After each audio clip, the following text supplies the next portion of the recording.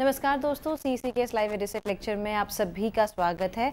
मित्रों, जैसा कि आप सब जानते हैं कि हम कंप्यूटर साइंसेज इस सब्जेक्ट इस विषय पर एक सीरीज़ चला रहे हैं और सीरीज़ का नाम है फंडामेंटल्स ऑफ कंप्यूटर साइंसेज। और इस सीरीज़ के अंतर्गत हम अपने पिछले लेक्चर से या कह सकते हैं कि पिछले लेक्चर में भी हमने बात की थी डेटाबेस मैनेजमेंट सिस्टम्स के बारे में, और आज भी हम डेटाबेस मैनेजमेंट सिस्टम से रूबरू आपको करवाएंगे। इस विषय पर हम बात करेंगे कि विभिन्न प्रकार के डेटाबेसेस कौन कौन से होते हैं, डेटाबेस मॉडल्स कौन कौन से हैं, और साथ ही साथ डेटाबेसेस की फीचर्स क्या होते हैं। और इसके लिए एक बार फिर से हमारे साथ हमारे स्टूडियो में मौजूद हैं doctor US Pandey. Doctor Pandey associate professor हैं स्कूल ऑफ ओपन लर्निंग, जो दिल्ली विश्वविद्यालय का एक अभिन्न अंग है, और इसके कंप्यूटर साइंसेज विभाग में ये कार्यरत हैं।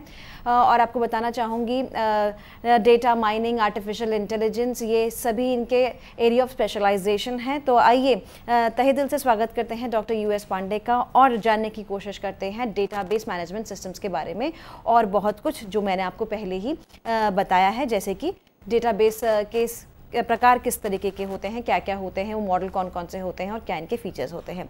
तो डॉक्टर पांडे, आपका बहुत बहुत स्वागत है जी। जानने की कोशिश करेंगे आपसे ही, हम पहले भी चर्चा कर चुके हैं डेटाबेस मैनेजमेंट सिस्टम्स पर आज जैसा कि मैं पहले भी कह चुकी हूँ कि आज हम इसके विभिन्न प्रकार इस पर बात करने वाले हैं। अभी तक एक्चुअली हम लोगों ने डेटाबेसेस के बहुत फंडामेंटल चीज़ों की जानकारी रखी।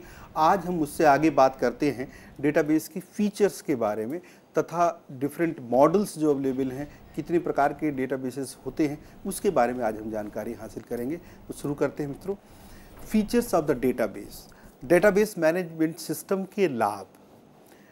सबसे पहले जो सबसे महत्वपूर्ण है किसी भी डेटाबेस के लिए, जिसका मैंने आपको बताया था कि संग्रह करना, अपनी सूचनाओं को एकत्रित करना, तो सबसे महत्वपूर्ण है फाइल बनाना, क्रिएट करना फाइल को, सॉर्टिंग, अरेंज करना चीज़ों को, किसी इंफॉर्मेशन को, किसी चीज़ों को सॉर्टिंग करना, उसको अरेंज करना एक तरीके से, चाहे वो असेंडिंग ऑर्डर में हो, चाहे वो डिसेंडिंग ऑर्डर में हो।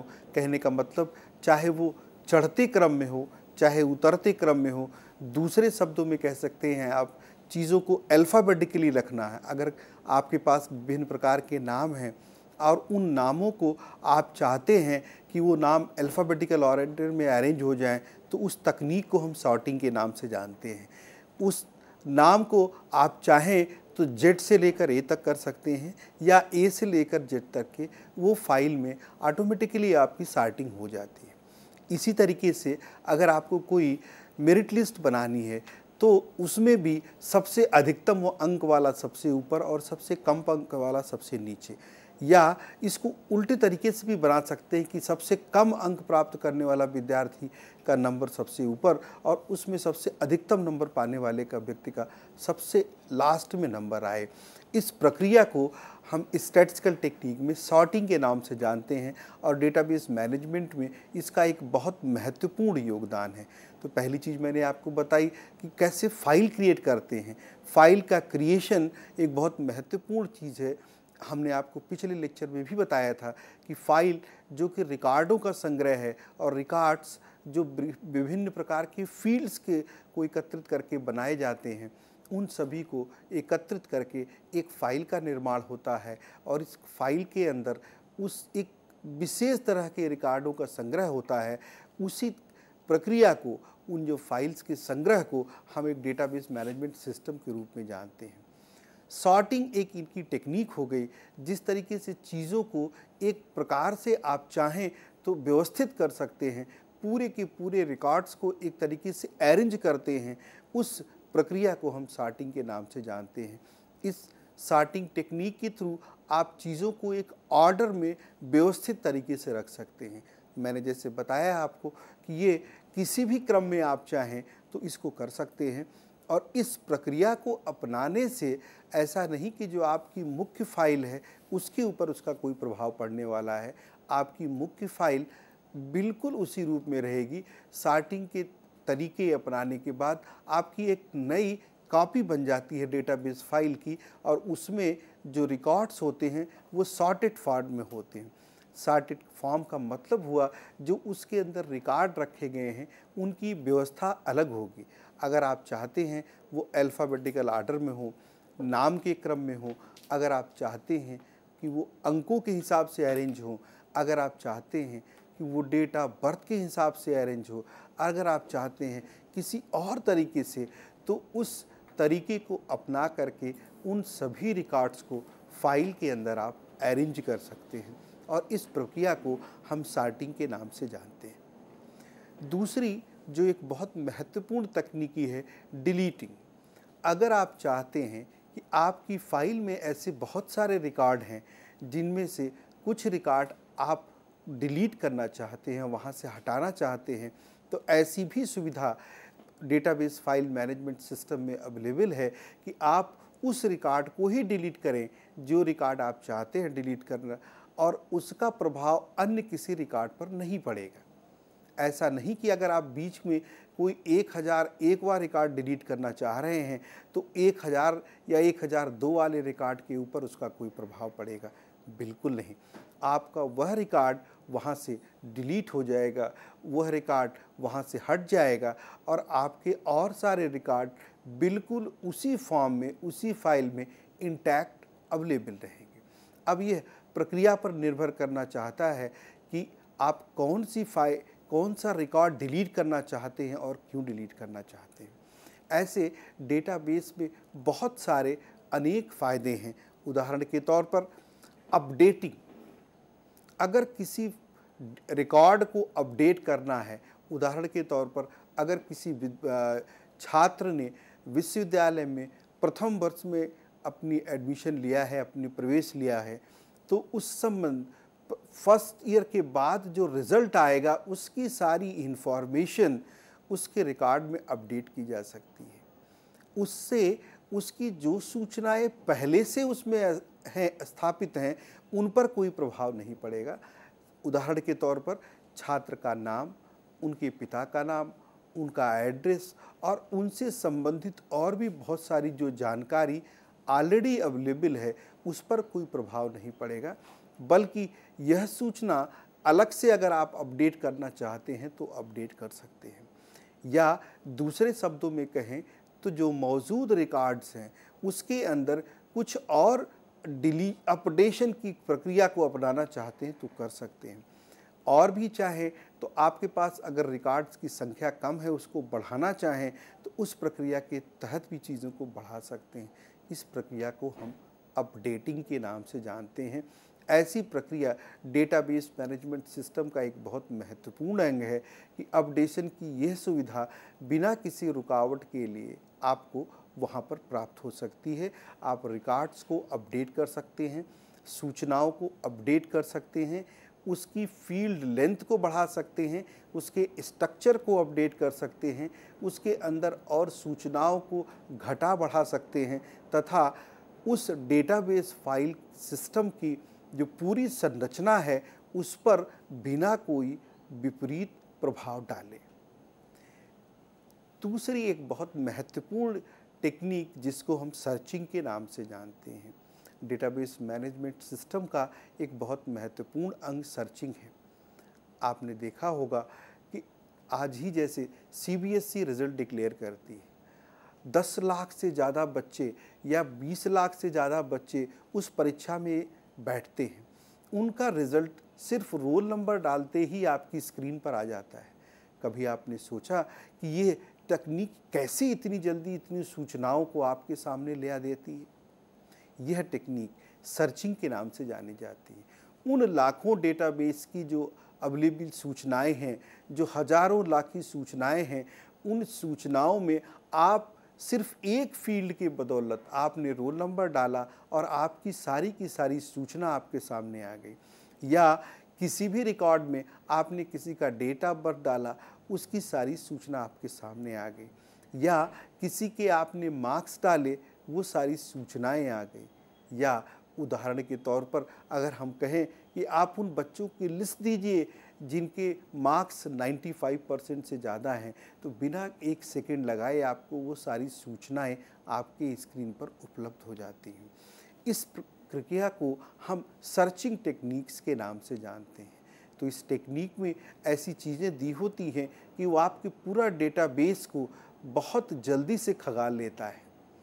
इसकी अलग अलग तरीके हैं, जैसे binary search, linear search, different type की और सर्चिंग टेक्निक्स अवेलेबल हैं। उन तकनीकियों की सहायता से सर्चिंग बहुत आसानी से की जा सकती है और सर्चिंग का उपयोग डेटाबेस फाइल में बहुत महत्वपूर्ण योगदान प्रदान करता है।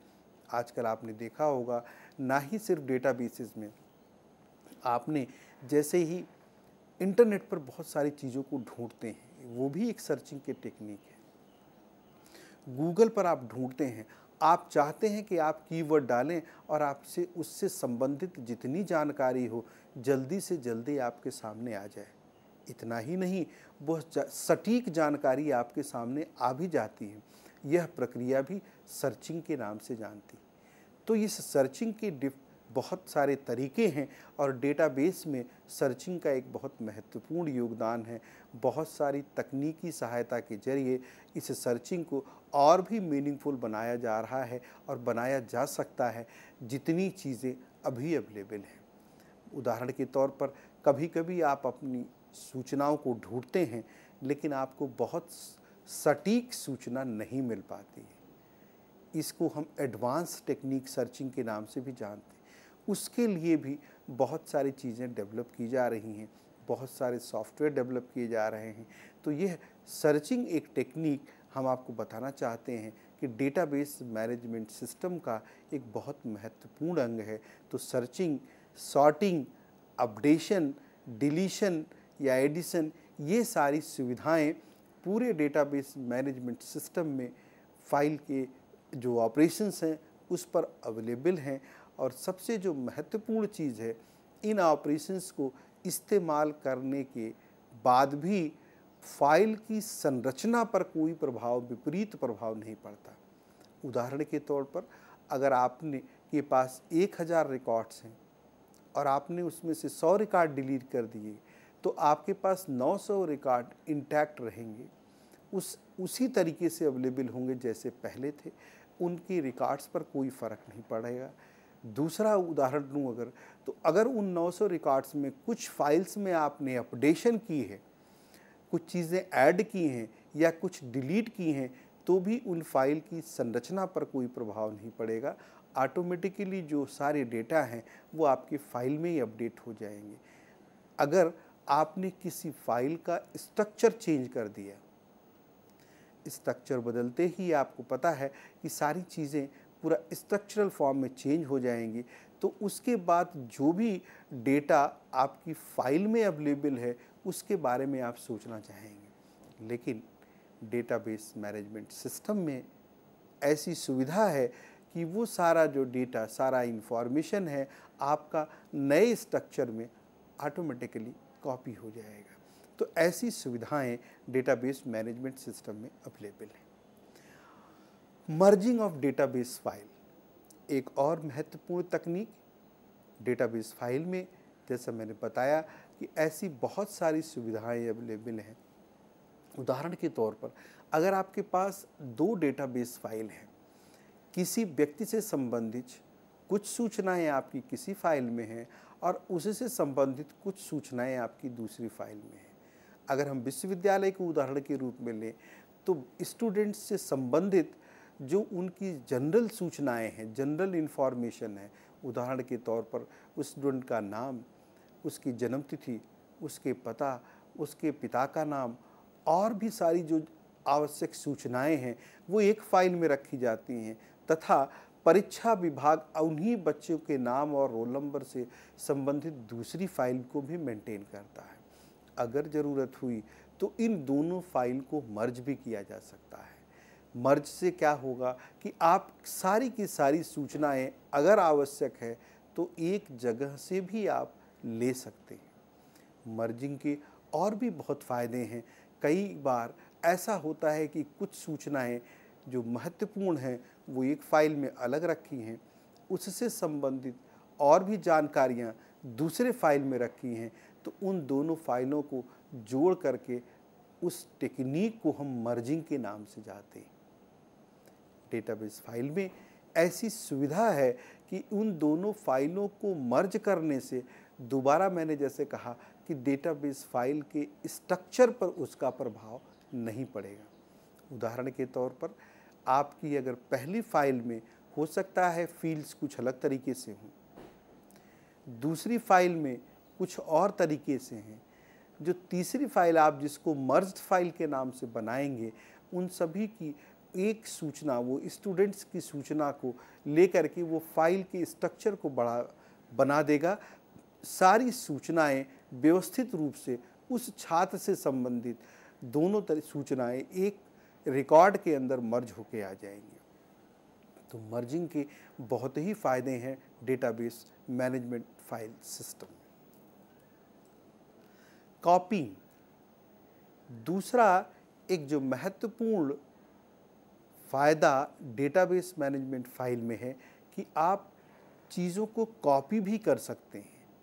उदाहरण के तौर पर बहुत सारे डेटा को कॉपी करना है, स्ट्रक्चर को कॉपी करना है और भी सारी सूचनाओं को कॉपी करना है, तो अगर वो नेचर में उनका कुछ ऐसा स्वभाव है जो बार बार रिपीट हो रहे हैं या बार बार उसको टाइप करने की ज़रूरत है, ऐसी सुविधा में इस तरीके की सुविधाएं आपको डेटाबेस फाइल में अवेलेबल मिलती हैं। उदाहरण के तौर पर कोई ऐसी सूचना जो बार बार रिपीट हो रही है, बार बार आपको टाइप करनी पड़ रही है लगभग हर रिकॉर्ड में, तो आप उसको कॉपी फीचर्स के हिसाब से कॉपी भी कर सकते हैं।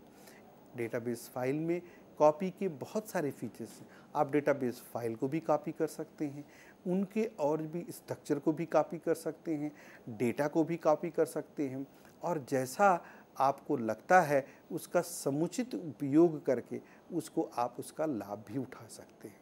तो कॉपी एक बहुत इम्पॉर्टेंट फीचर है डेटाबेस मैनेजमेंट फाइल सिस्टम का। इसके थ्रू आप बहुत सारी जानकारी को अगर समझते हैं कि बार बार टाइप करने की ज़रूरत नहीं है, उससे बचने के लिए उस फीचर को कॉपी कर सकते हैं। दूसरा, अगर आपको लगता है कि उस स्ट्रक्चर की ज़रूरत है तो आप उस स्ट्रक्चर को भी कॉपी करके जहाँ भी उपयोग में ला सकते हैं। तीसरी जो महत्वपूर्ण चीज़ है वो है प्रिंटिंग। प्रिंटिंग जैसा आप जानते हैं डेटाबेस फाइल में सारे रिकॉर्ड्स बहुत व्यवस्थित तरीके से रखे होते हैं। कभी कभी उन रिकॉर्ड्स को हार्ड कॉपी के रूप में भी प्रदर्शित करना होता है या उनकी हार्ड कॉपी की भी आवश्यकता होती है। ऐसी सुविधा आपको डेटाबेस मैनेजमेंट सिस्टम के थ्रू मिल जाती है कि आप प्रिंटिंग का फ़ायदा उठा करके समुचित तरीके से जैसा चाहते हैं, जिस सूचना को चाहते हैं, आप उसको प्रिंट करके निकाल सकते हैं। उदाहरण के तौर पर आपने देखा होगा आजकल अक्सर आपको प्रिंटेड लेबल्स मिलते हैं। अगर किसी ऑर्गेनाइजेशन को अपने सभी एम्प्लॉइज़ को कुछ कार्ड्स भेजने हैं, कुछ सूचनाएं भेजनी हैं, तो आप उनके डेटाबेस से लिंक करके एक लेबल की कमांड दे करके आप डिफरेंट लेबल एड्रेसेस के उनकी सारी सूचनाओं सहित प्रिंट कर सकते हैं। इतना ही नहीं, उदाहरण के तौर पर अगर लाइफ इंश्योरेंस कॉरपोरेशन अभी अपने सभी पॉलिसी होल्डर्स को कोई सूचना भेजना चाहता है जिसमें पॉलिसी का नाम भी लिखा हो, पॉलिसी का नंबर भी लिखा हो, पॉलिसी होल्डर का नाम हो, उसके एड्रेस हो, उससे और कोई संबंधित जानकारी, तो बहुत साधारण रूप में उनको अपने डेटाबेस से लिंक करके वो प्रिंट कमांड दे देंगे और वो सारी की सारी सूचनाएं एक कागज़ पर प्रिंट होकर आपके सामने उपस्थित हो जाएंगे। दूसरा, डेटाबेस के थ्रू सूचनाओं को प्रिंट करने की और भी आवश्यकता है। जैसा मैंने बताया कि अगर विश्वविद्यालय में आजकल देखा होगा आपने, आपको प्रिंटेड मार्कशीट्स, प्रिंटेड चीज़ सारे डॉक्यूमेंट्स अवेलेबल होते हैं। तो उन प्रिंटेड डॉक्यूमेंट्स के लिए आपको कुछ भी नहीं करना है, सीधे डेटाबेस फाइल से लिंक करना है और डेटाबेस फाइल से जो भी संबंधित सूचनाएं हैं, उदाहरण के तौर पर अगर मार्कशीट प्रिंट करनी है तो उसमें बच्चों से संबंधित मार्क्स, छात्र का नाम और अगर आवश्यकता है तो उनके रोल नंबर और किस वर्ष में वो परीक्षा दे रहे हैं इसकी ज़रूरत है, तो वो सारी सूचनाएं डेटाबेस से लेकर के और प्रिंटेड मार्कशीट बनाई जा सकती है। ऐसा एक छोटा सा उदाहरण, ऐसी बहुत सारी सूचनाएं हैं जो आपके पास डेटाबेस में अवेलेबल हैं और उनको इस्तेमाल करके आप अच्छी तरीके से, जिस तरीके से कस्टमाइज तरीके से आप उसको प्रिंट कर सकते हैं। तो प्रिंटिंग का भी एक बहुत महत्वपूर्ण योगदान है डेटाबेस मैनेजमेंट सिस्टम में। वैलिडेटिंग एक दूसरा महत्वपूर्ण फीचर है डेटाबेस मैनेजमेंट सिस्टम का। किसी भी डेटा को वैलिडेट करना हो, सूचना को वैलिडेट करना हो, ऐसी चीज़ों को भी तरीके से करने के लिए डेटाबेस मैनेजमेंट का ये जो बहुत महत्वपूर्ण फीचर है, इसको भी उपयोग में ला सकते हैं। Converting, database management file system को आप जो आपका फाइल है उसको भी कन्वर्ट कर सकते हैं। इस तरीके की कन्वर्जन की भी सुविधा डेटाबेस मैनेजमेंट फाइल में अवेलेबल होती है। उदाहरण के तौर पर अगर आप चाहते हैं कभी कभी आपके कुछ कन्वर्जन जो डेटाबेस फाइल है वो एक्सेल फाइल में कन्वर्ट हो जाए, या इतना ही नहीं किसी और फॉर्मेट में कन्वर्ट हो जाए, या दूसरे किसी फॉर्मेट की फाइल में आप अपने डेटाबेस स्ट्रक्चर में कन्वर्ट करते हैं, यह सुविधा भी इसमें अवेलेबल है। डेटाबेस के प्रकार, types of database. Analytical database, जैसा कि आप देख रहे हैं, database study, database design, implementation and loading, testing and evaluation, operation, maintenance and evaluation. Database के ये डिफरेंट एनालिटिक्स हैं जिसके अंदर कैसे डेटाबेस की स्टडी की जाती है, डेटाबेस को कैसे डिज़ाइन करना है और डेटाबेस की इम्प्लीमेंटेशन को कैसे लोड करना है। लोड का मतलब डेटाबेस को कैसे इस्तेमाल करना है और ये कैसे महसूस करना, उसकी टेस्टिंग एंड इवैल्यूएशन को ये देखना है कि यह डेटाबेस जो आप उपयोग में ला रहे हैं यह वास्तव में आपके लिए उपयोगी और वर्दी है कि नहीं। दूसरे शब्दों में ये कहें कि ये डेटाबेस जो आप अपने उपयोग में ला रहे हैं ये आपके काम लायक है भी या नहीं, आप उसको अच्छी तरीके से इस्तेमाल कर सकते हैं, ये सिक्योर है कि नहीं, इन चीज़ों को भी ध्यान में रखना आपको। अंत में जो सबसे महत्वपूर्ण इसके और भी ऑपरेशंस में है, इसका मेंटेनेंस एंड इवैल्यूएशन। इवैल्यूएशन का मतलब जो आप डेटाबेस से जो चीज़ें कैलकुलेट करा रहे हैं वो अप टू द मार्क है कि नहीं, आपकी जो रिक्वायरमेंट्स है उसको फुलफ़िल कर रहा है कि नहीं। और फुलफ़िल करने का मतलब ये है कि जो भी जानकारी आपको दी जा रही है वो सुचारू रूप से महत्वपूर्ण तथा किसी भी तरीके से गलत नहीं है। इसको इंश्योर करने के लिए यह आपको सुनिश्चित करना पड़ेगा इस डेटाबेस मैनेजमेंट फाइल को उपयोग में लाने से पहले। इसके बहुत सारी टेक्निक्स हैं जो आपको टेस्ट करके ये बताएंगे कि ये डेटाबेस फाइल या ये डेटाबेस सिस्टम आप इसको उपयोग कर सकते हैं, आपके उपयोग के लायक है, या कुछ जो ख़ास पैरामीटर्स दिए गए हैं उन पैरामीटर्स पर ये खरा उतरता है। तो डिफरेंट टाइप के जो डेटाबेस हैं उसमें ये चीज़ें ध्यान रखने की आवश्यकता है। टाइप्स ऑफ डेटाबेस आप देख सकते हैं यहाँ। ऑपरेशनल डेटाबेस, डिफरेंट टाइप्स के जो फीचर्स हैं, चाहे वो सेमिनार हो, सेमिनार जैसे कस्टमर हैं, customer and invoice, line, form, product, इन सभी चीज़ को कैसे ऑपरेशनलाइज करना है, डिफरेंट फील्ड्स कौन कौन सी होनी है। आपने देखा जैसे किस एक फील्ड में कुछ नाम दिए हुए हैं, एक दूसरी जो रिकॉर्ड्स हैं उसमें कुछ अलग हैं, टेबल में कुछ और नाम है। तो ये डिफरेंट टाइप की चीज़ों को एक साथ एक दूसरे से रिलेशन मेंटेन करना और चीज़ों को अलग तरीके से ऑपरेशनल बनाना, ये ऑपरेशनल डेटाबेस कहलाता है। विभिन्न प्रकार के डेटाबेसों का मॉडल, जो वेरियस डेटाबेस मॉडल, जो महत्वपूर्ण मॉडल है ये हायरार्किकल डेटाबेस मॉडल। जो देखना चाहें तो आप इसको हायरार्किकल डेटाबेस मॉडल में ऑक्यूपेशन 1001 ऑन डिफरेंट मॉडल्स से एंड 1001 में डिफरेंट मॉडल दिए, लाइब्रेरियन, म्यूजिशियन। आपको ये कहना चाहते हैं कि इस हायरार्किकल मॉडल में किस तरीके से डेटा को मेंटेन करना है, रखना है, और कौन सा मॉडल आपको सुटेबल होगा, आपके लिए इस्तेमाल के लिए यूज़फुल होगा, यह आपको अपनी रिक्वायरमेंट के हिसाब से जानना होगा। Different types of databases model. Network database model, जैसा आपने पहले देखा हायरार्किकल मॉडल में, नेटवर्क डेटाबेस मॉडल एक बहुत महत्वपूर्ण मॉडल है जो इस समय हायरार्किकल मॉडल के नाम से भी पेवमेंट इम्प्रूवमेंट।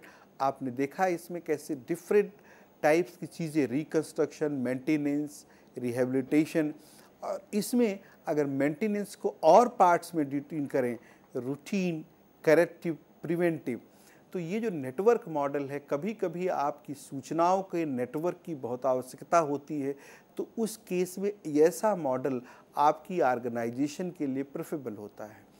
तो ये चीज़ें आपको अपने ऑर्गेनाइजेशन की नीड के हिसाब से बिल्डअप करनी पड़ेंगी कि कौन सा डेटाबेस मॉडल आपकी ऑर्गेनाइजेशन के लिए सुटेबल है। अगर सूचनाएं बहुत केंद्रित नहीं है, अलग अलग जगहों पर हैं, तो हो सकता है नेटवर्क मॉडल की ज़रूरत पड़े आपको। और अगर सूचनाएं कुछ इस तरीके से हैं कि जो आपको हायरार्किकल मॉडल की भी ज़रूरत पड़ सकती है। दूसरे और जो मॉडल है different types of database, flat file database model, यह एक बहुत महत्वपूर्ण दूसरा मॉडल है कि अगर आपकी सूचनाएं फ्लैटेड फॉर्म में हैं, लाइन के फॉर्म में हैं, तो सीधे सीधे तरीके से हैं, तो उन सूचनाओं को जो हम, उस मॉडल को जो हम फ्लैट मॉडल के नाम से जानते हैं। डेटाबेस के प्रकार, रिलेशनल डेटाबेसेस मॉडल। आजकल आपने सुना होगा एक प्रोसीजरल डेटाबेस मॉडल के अलावा रिलेशनल डेटाबेस मॉडल का एक बहुत महत्वपूर्ण योगदान है। रिलेशनल डेटाबेस मॉडल की जो सबसे बड़ी खासियत है कि एक रिलेशन के थ्रू एक टेबल को दूसरे टेबल को, या दूसरे शब्दों में कहें एक फाइल का दूसरे फाइल से और दूसरे का तीसरे से, या आपकी आवश्यकता अनुसार उन फाइलों में एक रिलेशन मेंटेन किया जाता है, उन टेबलों में एक रिलेशन मेंटेन किया जाता है, और फिर डेटाबेस का बहुत अच्छे तरीके से इस्तेमाल किया जाता है। रिलेशनल डेटाबेस मॉडल आजकल कई मायने में बहुत ही महत्वपूर्ण और बहुत ही यूज़फुल हैं, क्योंकि कई बार ऐसी चीज़ों की ज़रूरत होती है कि आपके पास डिफरेंट टेबल्स हैं, विभिन्न प्रकार की जो सूचनाएं हैं, आपको उन दूसरों में एक दूसरे से रिलेशन मेंटेन करके और भी चीज़ों को अच्छा मीनिंगफुल बनाना जाना, इस रिलेशनल डेटाबेस मॉडल के फ़ायदे हैं। तो जैसा मैंने आपको पहले भी बताया कि ये आपकी ऑर्गेनाइजेशनल नीड के हिसाब से डिपेंड करता है कि आपके लिए कौन सा मॉडल बहुत सुटेबल होगा। आप रिलेशनल डेटाबेस मॉडल चाहते हैं, या नेटवर्क का मॉडल चाहते हैं, या कोई और मॉडल, यह आपकी ऑर्गेनाइजेशन की आवश्यकता और ज़रूरत के हिसाब से, साथ ही साथ कॉस्ट भी एक फैक्टर है जो चीज़ें आपको ऐड करनी पड़ेंगी। तो यह डिपेंड करता है कि आप कौन सा मॉडल अडॉप्ट करने जा रहे हैं, क्योंकि हर मॉडल की अपनी बखूबी है, अपने फ़ायदे हैं, अपने तरीके से वो वर्क करता है। तीसरा एक और महत्वपूर्ण मॉडल है जो ऑब्जेक्ट ओरिएंटेड डेटाबेसेस का नाम जानते होंगे आजकल आप। न्यू कंसेप्ट है कंप्यूटर्स में ऑब्जेक्ट ओरिएंटेड। अगर लैंग्वेजेस हैं उसमें भी ऑब्जेक्ट ओरिएंटेड है। डिफरेंट टाइप के कंसेप्चुअल चेंजेस जो आ रहे हैं ऑब्जेक्ट ओरिएंटेड, तो डेटाबेस में भी ऑब्जेक्ट ओरिएंटेड डेटाबेसेस अवेलेबल हैं। आजकल की आवश्यकता के अनुसार अगर ज़रूरत है तो आपको ऑब्जेक्ट ओरिएंटेड डेटाबेस भी इस्तेमाल करना पड़ सकता है, या दूसरे शब्दों में कहें तो यह मॉडल बहुत ही महत्वपूर्ण है और इसमें डिफरेंट टाइप के ऑब्जेक्ट्स मॉडल को आप इस्तेमाल कर सकते हैं अपनी ज़रूरत के हिसाब से। तीसरा और एक चौथा जो ये महत्वपूर्ण मॉडल है डिस्ट्रीब्यूटेड डेटाबेस। आपने देखा होगा अगर किसी ऑर्गेनाइजेशन में डेटा बहुत तरीके से इधर उधर पड़ा है या डिफरेंट ऑर्गेनाइजेशंस की नीड्स हैं, डिफरेंट तरीके से सूचनाएं आती हैं और अलग अलग जगहों पर सूचनाएं जाती हैं, अगर ये डिस्ट्रीब्यूटेड इन्वायरमेंट है तो उस स्थिति में जो आपको मॉडल इस्तेमाल करना है वो है डिस्ट्रीब्यूटेड डेटाबेस मॉडल। जैसा कि आप यहाँ देख सकते हैं, डेटाबेस मैनेजर अलग अलग जगहों की सूचनाओं को अपने तरीके से व्यवस्थित करके शेयर करते हैं, नेटवर्क पर डालते हैं। और आपने देखा होगा कि कभी कभी बहुत पूरे देश में कोई ऑर्गेनाइजेशन है जिसकी शाखाएं फैली हुई हैं। उदाहरण के तौर पर आप बैंक का एग्जाम्पल ले सकते हैं। बैंक भी देख सकता है कि किस तरीके का डेटाबेस मॉडल पूरे बैंक के लिए बहुत फ़ायदेमंद होगा। आप बैठे बैठे दिल्ली में बैठे बैठे कलकत्ता के ब्रांच की सारी सूचनाएं यहाँ एक्सेस कर लेते हैं। आपने कभी सोचा कि वो जो सारी सूचनाएं वहाँ एकत्रित हुई रखी हुई हैं, हम कैसे उसको यहाँ पर एकत्रित, इतना ही नहीं, आप अपने अकाउंट्स का सारा ऑपरेशन भी यही कर लेते हैं। बैंक तो एक सीधा एग्जाम्पल है। ऐसे बहुत सारी ऑर्गेनाइजेशन की सूचनाओं को आप अपनी ही ऑर्गेनाइजेशन के थ्रू कहीं विभिन्न जगहों से ले सकते हैं, और इतना ही नहीं, अगर ज़रूरत पड़ी तो दे भी सकते हैं। तो ऐसे बहुत सारे मॉडल की आवश्यकता, वह डिस्ट्रीब्यूटेड भी हो सकता है, वह ऑब्जेक्ट ओरिएंटेड भी हो सकता है, वह नेटवर्क मॉडल भी हो सकता है, वो किसी और मॉडल का भी हो सकता है। तो यह चीज़ें आपकी जो ऑर्गेनाइजेशन है, आपकी जो संस्था है, उसकी ज़रूरत के हिसाब से इन सभी मॉडल्स का इस्तेमाल, कि कैसे सूचनाओं को अच्छी तरीके से एक दूसरे से लिंक करके और भी यूज़फुल बनाना है और लोगों तक पहुंचाना है। यह आवश्यकता इन डिफरेंट मॉडल्स के ऊपर डिपेंडेंट होती है, और आपको जिस मॉडल की आवश्यकता होगी वह आप अपनी ज़रूरत के हिसाब से एडॉप्ट कर सकते हैं। विभिन्न प्रकार की भाषाएं जो डेटाबेस में इस्तेमाल की जाती हैं, types of languages used in database. आपने ये सुना होगा कि डेटाबेस के थ्रू आप इंटरैक्ट भी कर सकते हैं। अगर आपके पास डेटाबेस है तो डेटाबेस फाइल से सूचनाओं को निकालने के बहुत तरीके हैं।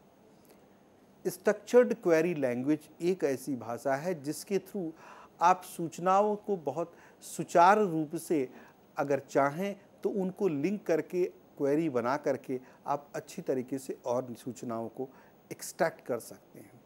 तो SQL स्ट्रक्चर्ड क्वेरी लैंग्वेज एक ऐसी भाषा है जिनके थ्रू आप कमांड को, जैसा देखिए यहाँ पर लिखा हुआ है, select detail this form T and all, इस पूरे कमांड को लिख करके आप अपनी जो भी ज़रूरत की सूचनाएं हैं वो डेटाबेस फाइल से निकाल सकते हैं, और डेटाबेस फाइल से आप व्यवस्थित रूप से देख सकते हैं कि यह सारी सूचनाएं इस स्ट्रक्चर्ड क्वेरी लैंग्वेज के थ्रू निकल सकती है। इतना ही नहीं, आप नई नई क्वेरीज़ को बना सकते हैं, बिल्डअप कर सकते हैं, जिससे आपका डेटाबेस भी स्ट्रांग होगा, साथ में उन सूचनाओं का बहुत अच्छी तरीके से इस्तेमाल भी किया जा सकता है। Types of languages used in databases, आपने सुना होगा DML, data manipulation language. SQL के हमने जैसे बताया आपको DDL, data definition language, DML, data manipulation language and other commands में विभिन्न प्रकार से डिवाइड करते हैं। DDL के अंदर क्रिएट टेबल, ड्रॉप टेबल, और DML के अंदर जो मुख्यतः कमांड सेलेक्ट, इंसर्ट, डिलीट और अपडेट की हैं। तो इन सभी चीज़ों की सहायता से आप डेटाबेस को और भी अच्छी तरीके से सुचारू रूप से अपने उपयोग में ला सकते हैं। विभिन्न प्रकार के भाषाएं जो डेटाबेस में इस्तेमाल की जाती हैं, जैसा मैंने आपको बताया, डेटा डेफिनिशन लैंग्वेज में आपको बताया मैंने कि create, alter, truncate, rename, drop, ये सारी कमांड्स। DML, में इंसर्ट, अपडेट और डिलीट की जो कमांड आपको हमने बताई, DRL, TCL और DCL, डिफरेंट टाइप की जो लैंग्वेजेस हैं, डेटा डेफिनेशन लैंग्वेजेस, उन सब को इस्तेमाल करके आप डेटाबेस को बहुत सुचारू रूप से एक्सेस कर सकते हैं और सूचनाओं को बहुत व्यवस्थित तरीके से उपयोग में ला सकते हैं। SQL data control language statements, grant, revoke, विभिन्न प्रकार के ये जो कमांड चीज़ें हैं, इनको इस्तेमाल करके आप क्वेरी लैंग्वेज को, कंट्रोल लैंग्वेजेस को और भी महत्वपूर्ण तरीके से इस्तेमाल कर सकते हैं। डेटाबेस के अवयव, डेटाबेस कंपोनेंट्स, जैसा कि मैंने आपको अभी बताया कि विभिन्न प्रकार के डेटाबेस मॉडल, डिफरेंट टाइप के डेटा डेफिनेशन लैंग्वेजेस, डेटाबेस के फीचर्स, उसके बाद डेटाबेस के ये कंपोनेंट। एक एक्सेस डेटाबेस में tables, queries, forms, reports, pages, macros और मॉड्यूल्स होते हैं। डेटाबेस कंपोनेंट्स को डेटाबेस ऑब्जेक्ट्स भी कहते हैं। यह कंपोनेंट्स डेटा को स्टोर करने, क्वेरी और देखने में प्रयोग किया जाता है। क्वेरीज, आप जैसे जानते हैं, क्वेरीज का मतलब किसी डेटाबेस से अगर आपको कुछ सूचना लेनी है, विशेष शर्तों पर आधारित इंफॉर्मेशन को डेटाबेस से पुनः प्राप्त करने के लिए प्रयोग किया जाता है। क्वेरी, आप किसी तरीके की क्वेरी बिल्डअप करते हैं, किसी स्पेसिफिक क्वेरी के आधार पर भी आप सूचनाओं को डेटाबेस से ले सकते हैं। उदाहरण के लिए, क्वेरी का प्रयोग किसी विशेष क्लास में पढ़ रहे स्टूडेंट्स के बारे में डिटेल निकालने के लिए किया जाता है। क्वेरी दिए गए रिकॉर्ड के सेट को डायनास्ट कहते हैं। आप क्वेरीज के थ्रू बहुत सारी सूचनाएं जो आप चाहते हैं अपने अकॉर्डिंग टू, अपने उपयोग के हिसाब से वहां से ले सकते हैं। फॉर्म्स, यूजर को टेबल में डेटा को इंटर करने, देखने और मॉडिफाई करने के लिए इंटरफेसेस के रूप में प्रयोग होते हैं। आपने जैसा देखा होगा कि विभिन्न प्रकार के फॉर्म्स को आप डिफाइन कर सकते हैं, बना सकते हैं, तो जो यूज़र फ्रेंडली हो। आपने अक्सर देखा होगा कि अगर आपको कहीं पर कुछ डेटाबेस चीज़ों कुछ एंट्री करनी है, तो अगर एक ऐसा सीधा सा साधारण आपके पास फॉर्म पड़ा हो जिसमें सूचनाओं को एकत्रित करने के तरीके अच्छी तरीके से दिए हों, ऐसे फॉर्म डिज़ाइन भी किए जा सकते हैं। तो डेटाबेस में भी ऐसे डिफरेंट टाइप के फॉर्म्स को डिज़ाइन कर करके और उसको मॉडिफाई कर सकते हैं। उसके थ्रू आप सूचनाओं को जैसे ही इंटर करेंगे, वो सारी की सारी सूचनाएं डेटाबेस फाइल में अपने आप चली जाएंगी। रिपोर्ट्स एक बहुत महत्वपूर्ण चीज़, जैसे मैंने आपको बताया, डेटाबेस फाइल के लिए टेबल्स या क्वेरीज से डेटा को अपनी पसंद के फॉर्मेट में प्रेजेंट करने के लिए प्रयोग किया जाता है। आप रिपोर्ट में डेटा को चेंज नहीं कर सकते, आप रिपोर्ट में डेटा को फॉर्मेट कर सकते हैं। उदाहरण के तौर पर, अगर आपके ऑर्गेनाइजेशन की कोई ऐसी रिपोर्ट आ रही है जिस रिपोर्ट को चाहते हैं आपकी वो हॉरिजॉन्टल ऑर्डर में हो, आप उसको हॉरिजॉन्टल ऑर्डर में ले सकते हैं। आप चाहते हैं कि वो रिपोर्ट वर्टिकल ऑर्डर में हो, आप उसको वर्टिकल ऑर्डर में ले सकते हैं। उस पूरी रिपोर्ट को, उदाहरण के तौर पर, अगर जैसे CBSE ने रिजल्ट डिक्लेयर किया और आप चाहते हैं कि ऐसी रिपोर्ट आ जाए जिसमें छात्र का रोल नंबर हो, छात्र का नाम हो, छात्र की सभी सब्जेक्ट्स का नंबर उसके ठीक सामने लिखे हों, आप ऐसी रिपोर्ट डेटाबेस को इस्तेमाल कर करके बना सकते हैं। यह इंडिविजुअल पर्पस के लिए ज़रूरत हो सकती है। दूसरा, आप चाहते हैं कि आप रोल नंबर डालें और आपको CBSE मार्कशीट के फॉर्म में एक रिपोर्ट दे दे, ऐसी भी चीज़ें अवेलेबल हैं। तीसरी, वही रिपोर्ट अगर किसी स्कूल को चाहिए तो दे, उनको कंसोलिडेटेड फॉर्म में सभी छात्रों का, उस विश्वविद्यालय के अंदर जितने भी छात्र हों उनकी सारी सूचनाएं एक साथ एकत्रित, चाहे कुछ और भी इन सूचनाएं चाहते हैं, उसकी एक अलग रिपोर्ट बन सकती है। कहने का मतलब ये है कि आप रिपोर्ट्स को जिस तरीके से चाहें, अपनी ज़रूरत के हिसाब से चाहें तो बना सकते हैं। लेकिन जैसा मैंने आपको बताया कि इस रिपोर्ट में सूचनाएं आपको डेटाबेस फाइल से ही मिलेंगी। उन डेटाबेस फाइल से आपको सूचनाओं को निकाल करके आपको अपनी ज़रूरत के हिसाब से जैसे जानकारी, जिस तरीके से आप उसको प्रिंट करना चाहते हैं, जिस तरीके की रिपोर्ट बनाना चाहते हैं, वो आप चाहें तो रिपोर्ट के माध्यम से ये सुविधा आप प्राप्त कर सकते हैं। आप रिपोर्ट में प्रिंट करने से पहले सही स्थितियों, एप्रोप्रिएट पोजीशंस पर पेज ब्रेक को इंसर्ट कर सकते हैं।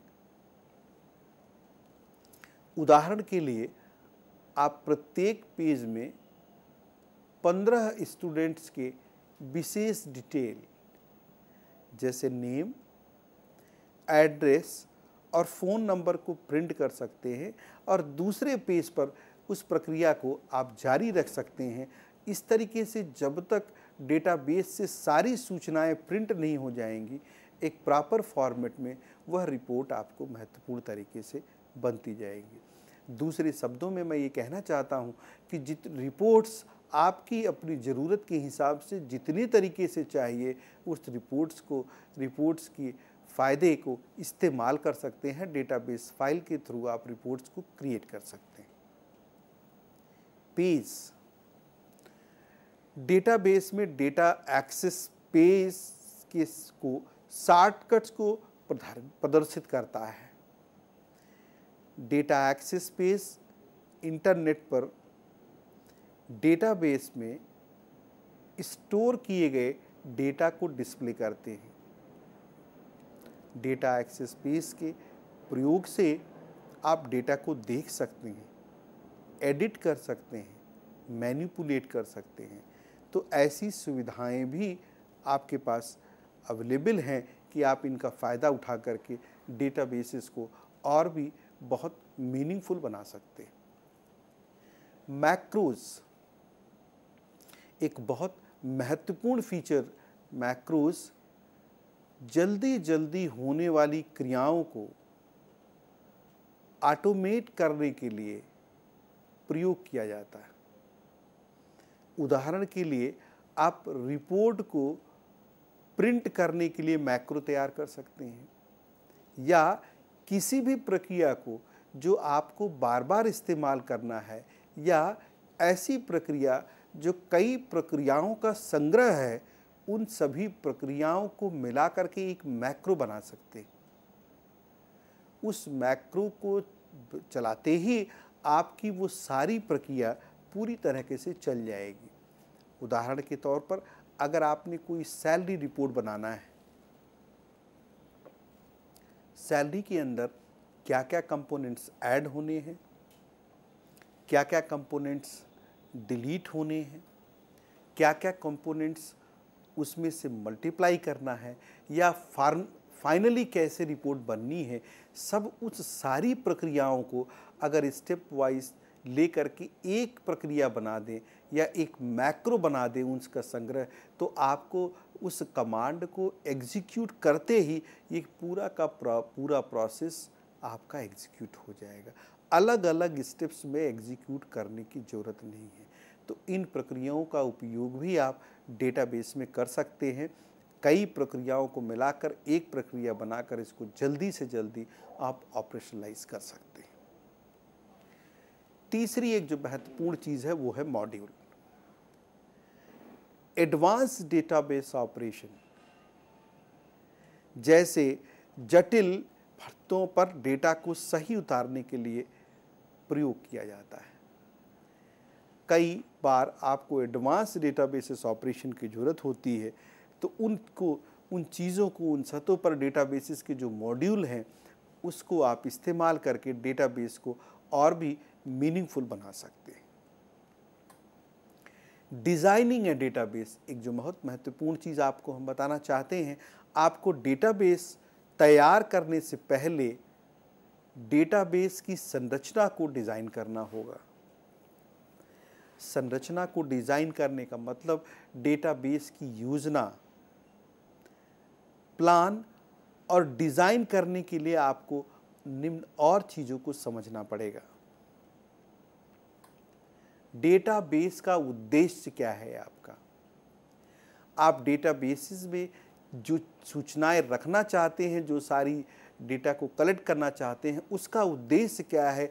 किस उद्देश्य से आप अपना डेटा बनाना चाहते हैं? टेबल्स की संख्या और प्रत्येक टेबल में रखी जाने वाली इंफॉर्मेशन के प्रकार। उदाहरण के तौर पर जैसा मैंने आपको बताया, डेटाबेस फाइल क्रिएशन के साथ साथ उसमें डिफरेंट डेटा टाइप्स चीज़ें इस्तेमाल की जाती हैं। विभिन्न प्रकार के जो आप फील्ड्स इस्तेमाल कर रहे हैं, उदाहरण के तौर पर अगर एक आप छोटा सा डेटाबेस बना रहे हैं किसी छात्रों के सारी सूचनाओं एकत्रित करने के लिए, तो छात्र का नाम, छात्र के पिता का नाम, उसका डेट ऑफ बर्थ, उसकी नेशनलिटी और भी बहुत सारी सूचनाएं, और ये सूचनाओं को एकत्रित करने के प्रकार का मतलब अगर आप नाम लिख रहे हैं छात्र का, तो छात्र के नाम के लिए कौन सा डेटा टाइप सुटेबल होगा। उदाहरण के तौर पर आप अल्फ़ाबेट इस्तेमाल करने जा रहे हैं, टेक्स्ट इस्तेमाल करने जा रहे हैं, कैरेक्टर इस्तेमाल करने जा रहे हैं। इसी तरीके से अगर आपको किसी की सैलरी दर्शानी है, बच्चों के मार्क्स दर्शाने हैं, तो आप उसमें नंबर इस्तेमाल करने जा रहे हैं, ऑटो नंबर इस्तेमाल करने जा रहे हैं, फ्लोटिंग पॉइंट नंबर इस्तेमाल करने जा रहे हैं, या और तरीके हैं जो नंबर्स के वो इस्तेमाल करने जा रहे हैं। इसी तरीके से डेट ऑफ बर्थ को इंटर करने के लिए डेट ऑफ बर्थ नाम का एक टाइप अवेलेबल है। और अगर आप अपनी डेटाबेस फाइल के अंदर कुछ ऐसी सूचनाएं हैं जिनके जवाब yes और no में हैं, तो लॉजिकल फील्ड ऐसी सूचनाएं भी अवेलेबल है। या किसी व्यक्ति के बारे में आप विशेषकर कुछ सूचना देना चाहते हैं, जो चाहते हैं कि वो आपके रिकॉर्ड में हाइड होकर पड़ी रहे अंदर, मेमो फील्ड भी इस्तेमाल कर सकते हैं। कहना मैं ये चाहता हूँ कि टेबल्स में जितनी भी फील्ड ली हैं, उदाहरण के तौर पर अगर आपने नाम लिखा है, छात्र का नाम लिखवाना चाहते हैं, तो उसका साइज़ का मतलब कितने कैरेक्टर्स उसके नाम में मैक्सिमम आप स्टोर कर सकते हैं, उसका एक साइज़ बना होगा। जैसा आपने देखा होगा, जब किसी फॉर्म की डिज़ाइन एक पेज पर की जाती है तो उस पर कुछ कॉलम बने होते हैं।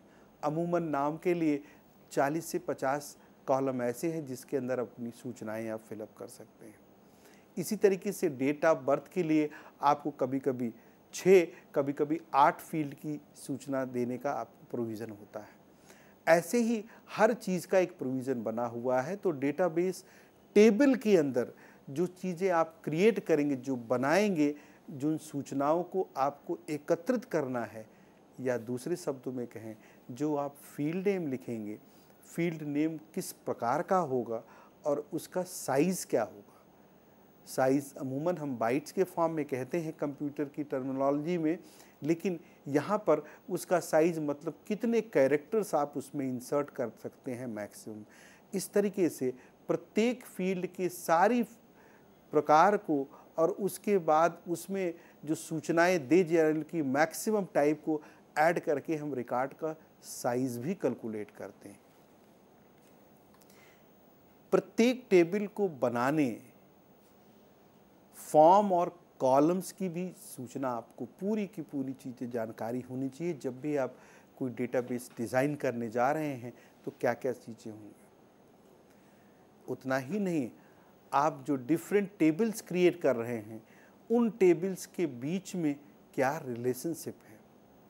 जैसा मैंने आपको बताया कि अगर छात्र के जनरल इन्फॉर्मेशन से संबंधित आपने एक टेबल क्रिएट कर रखी है, दूसरी टेबल उसी छात्र से संबंधित लेकिन परीक्षा संबंधी सारी जानकारी है। ऐसा हो सकता है कि तीसरी टेबल जो आप बना रहे हैं उन्हीं छात्रों से संबंधित हो और उसमें स्पोर्ट्स की सारी सूचनाएं हों। चौथी और कोई ऐसी टेबल हो सकती है जिसमें छात्राओं द्वारा स्पेशल करिकुलम एक्टिविटीज़ की गई उसकी सूचना हो। ऐसी पांचवी कोई टेबल हो सकती है जो छात्रों के बहुत अच्छे मेरिट स्कॉलरशिप से संबंधित सूचनाओं को एकत्रित करती है। इन सभी टेबल्स में अगर एक दूसरे को मिलाया जाए या एक दूसरे को रिलेशनशिप में अटैच करके रखने से क्या महत्वपूर्ण जानकारी आप हासिल कर सकते हैं, या आपके किसी ऑर्गेनाइजेशन में, आपके विद्यालय में, आपके विश्वविद्यालय में इसका क्या और चीज़ में फ़ायदा हो सकता है, यह ऑर्गेनाइजेशनल नीड्स के हिसाब से डेटाबेस को डिज़ाइन करना है और डेटाबेस को उपयोग में लाना है। एक अच्छा डेटाबेस डिज़ाइन डेटा की बहुतायत, डेटा रिडंडेंसी से बताता है। डेटा रिडंडेंसी का अर्थ है डेटाबेस में डेटा को अनावश्यक दोहराना है। डेटा रिडंडेंसी से डेटा के स्टोरेज और पुनः प्राप्त करने में समस्याएं उत्पन्न होती हैं। एक्सेस के लक्षण आपको हम एक माइक्रोसॉफ्ट ऑफिस का एक पार्ट है माइक्रोसॉफ्ट एक्सेस, उसके कुछ फीचर्स के बारे में बताते हैं।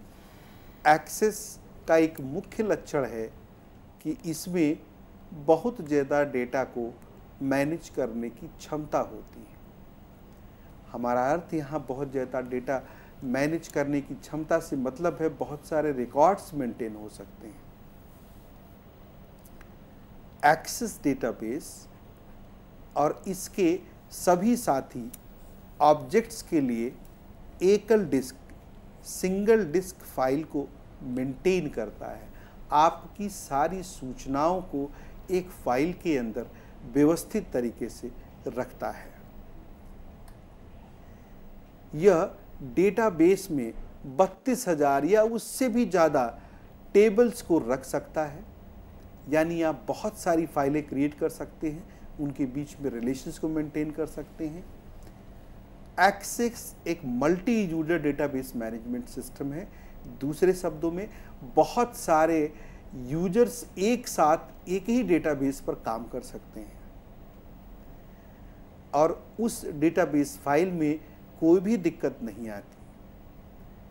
250 से ज़्यादा यूज़र एक एक्सेस डेटाबेस में एक ही समय में डेटा को एक्सेस कर सकते हैं।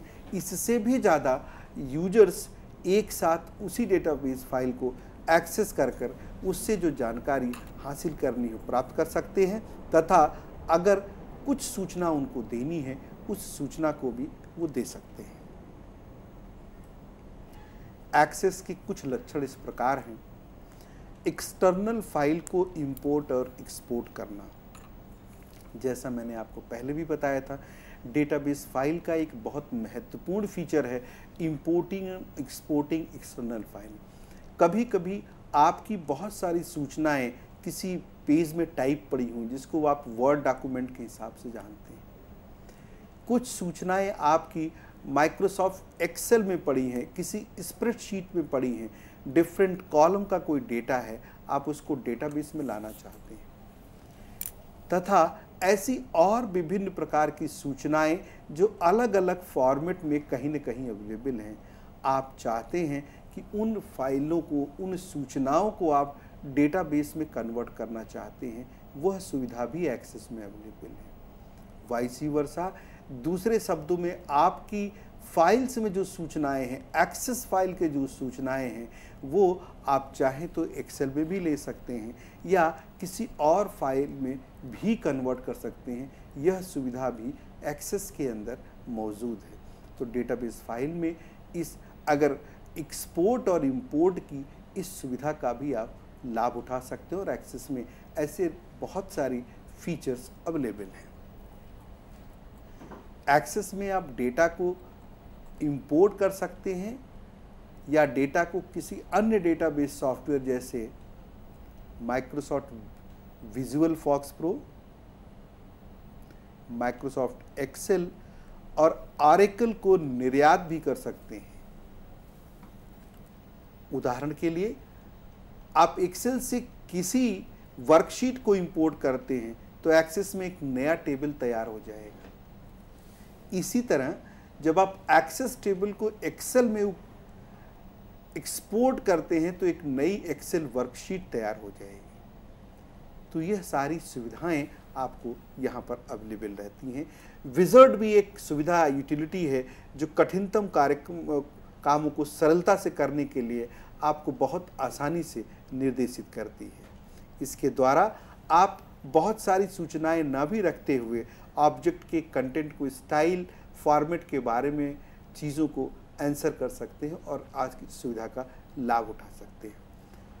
बहुत सारे बिल्ट इन फंक्शन भी एक्सेस में अवेलेबल हैं जिनकी सुविधा का आप लाभ उठा सकते हैं। एक्सेस में कैटेगरीज हैं, ग्रुप हैं, फंक्शन हैं, मैथमेटिकल फंक्शंस हैं, डेटा, टाइम, स्ट्रिंग, ऐसी बहुत सारी आंतरिक बिल्ट इन फंक्शंस हैं जिनका इस्तेमाल करके आप ना ही ज़्यादा सूचना रखे हुए सारे काम को आप कर सकते हैं। इसके साथ ही आपको मैंने डेटाबेसेस के बारे में बहुत सारी सूचनाओं को संक्षिप्त रूप में बताने की कोशिश की।